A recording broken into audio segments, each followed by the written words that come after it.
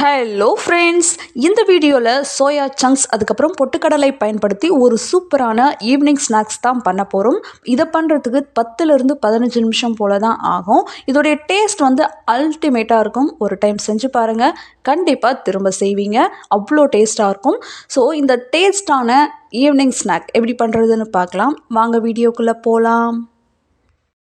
இந்த evening snack பண்ணுறதுக்கு ஒரு கப்பில் சோயா சங்க் எடுத்திருக்கேன். அதை வேறு ஒரு பவுலில் ஆட் பண்ணிவிட்டு இது ஊறுறதுக்காக நல்லா காய்ச்சி வச்சுருக்கக்கூடிய சுட தண்ணியை இதோட சேர்த்து ஒரு 5 நிமிஷம் போல் நல்லா இதை ஊற விட்டுறலாம்.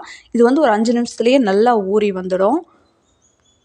இது ஊறி வரத்துக்குள்ளே ஒரு கப் பொட்டுக்கடலையை ஒரு மிக்ஸி ஜாரில் ஆட் பண்ணிவிட்டு இது கூடவே ஒரு 1/2 டேபிள் ஸ்பூன் அளவுக்கு சோம்பு ஆட் பண்ணிவிட்டு இது ரெண்டுத்தையும் நல்லா அரைச்சி எடுத்துக்கலாம். நல்லா ஃபைனாக இதை அரைச்சி எடுத்துக்கலாம். தண்ணி எதுவுமே சேர்க்க தேவையில்லை. அப்படியே இதை நல்லா ஃபைன் பவுடராக நம்ம அரைச்சி எடுத்துகிட்டு வந்துடலாம்.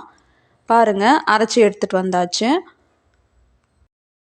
5 நிமிஷத்துக்கு அப்புறம் பாருங்கள், நம்ம ஊற வச்ச சோயா சங்க்ஸ் நல்லா ஊறி வந்திருக்கு. இப்போ இதில் தண்ணி நல்லா ஒட்ட பிழிஞ்சு எடுத்துக்கலாம். கொஞ்சம் கூட தண்ணி இருக்கக்கூடாது. இதை நல்லா சுத்தமாக நம்ம பிழிஞ்சு எடுத்துக்கலாம். இது தண்ணி ஃபுல்லாக பிழிஞ்சு எடுத்ததுக்கு அப்புறமா நம்ம பொட்டுக்கடலை அரைச்ச அதே மிக்ஸி ஜாரில் இந்த சோயா சங்க்ஸ் ஆட் பண்ணிவிட்டு இது கூட 2 பச்சை மிளகா மட்டும் ஆட் பண்ணிவிட்டு இதை நம்ம நல்லா அரைச்சி எடுத்துகிட்டு வந்துடலாம்.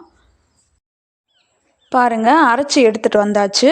நல்லா நைஸாக அரைக்கணும் அப்படின்னு அவசியம் இல்லை. இந்த மாதிரி கொஞ்சம் கொரப்பாக அரைச்சி எடுத்துக்கிட்டாலே போதும். இப்போ இது ரெடியாக இருக்குது.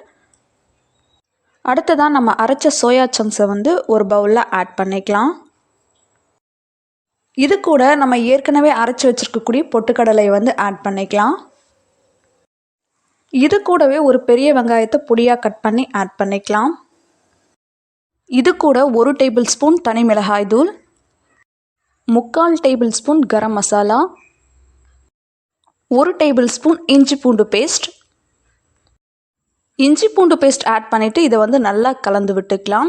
இதில் தண்ணி எதுவுமே சேர்க்க தேவையில்லை. இதில் இருக்கக்கூடிய இந்த சோயா சங்க்ஸில் கொஞ்சம் தண்ணி இருக்கும். அதுக்கப்புறம் நம்ம ஆனியன் சேர்த்துருக்கோம். இதுலேயே நம்ம நல்லா இதை கலந்து விட்டுக்கணும்.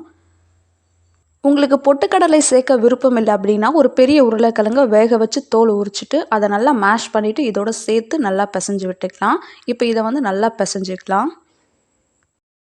இது கூடவே தேவையான அளவு உப்பு சேர்த்துக்கலாம். உப்பு சேர்த்துட்டு இதை மறுபடியும் நல்லா பிசைஞ்சு விடலாம். ஃபஸ்ட்டே உப்பு சேர்த்துருக்கணும், நான் மறந்துட்டேன். அதனால தான் இப்போது சேர்த்துருக்கேன். நீங்கள் ஸ்டார்டிங்லேயே உப்பு சேர்த்து நல்லா பிசைஞ்சுக்கோங்க. பாருங்கள், இப்போ இது பிசைஞ்சு வச்சு நல்லா ரெடியாக இருக்குது. இப்போ இதிலிருந்து கொஞ்சமாக இதை எடுத்து நம்ம குட்டி குட்டி பால்ஸாக நம்ம ரெடி பண்ணி எடுத்துக்கலாம். உங்களுக்கு இந்த மாதிரி செய்ய விருப்பம் இல்லை அப்படின்னா நீங்கள் கட்லெட் ஷேப்பில் கூட நீங்கள் இதை ரெடி பண்ணி எடுத்துக்கலாம். நான் இந்த மாதிரி கொஞ்சம் குட்டி குட்டி பால்ஸாக நான் ரெடி பண்ணி எடுத்துக்கிறேன். பாருங்கள், இதே மாதிரி தான் இருக்கக்கூடிய எல்லா மாவையுமே நம்ம இதே மாதிரி குட்டி குட்டி பால்ஸாக நம்ம ரெடி பண்ணி எடுத்துக்கலாம். அடுத்ததாக ஒரு குட்டி பவுலில் ஒரு 2 டேபிள் ஸ்பூன் அளவுக்கு கார்ன்ஃப்ளவர் மாவு நான் கரைச்சி எடுத்திருக்கேன். இப்போ நம்ம கரைச்சி வச்சுருக்கக்கூடிய கார்ன்ஃப்ளவர் மாவில் நம்ம ரெடி பண்ணி வச்சுருக்கக்கூடிய பால்ஸ் எல்லாத்தையும் டிப் பண்ணி எடுத்துக்கலாம். எல்லா சைடும் நல்லா அந்த கார்ன்ஃப்ளவர் மாவு படுற மாதிரி நல்லா டிப் பண்ணி எடுத்துக்கோங்க.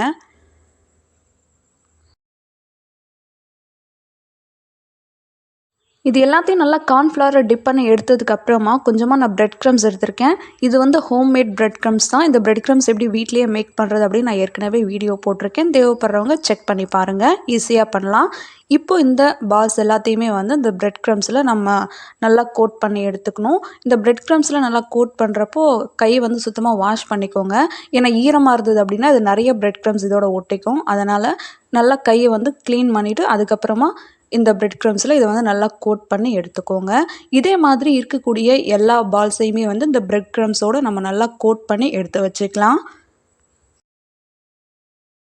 பாருங்கள், இது எல்லாத்தையும் பிரெட் க்ரம்ஸில் நல்லா கோட் பண்ணி எடுத்து வச்சாச்சு. இப்போ இது ரெடியாக இருக்குது. அடுத்ததாக இதை நம்ம ஃப்ரை பண்ணுறதுக்கு ஸ்டார்ட் பண்ணிடலாம்.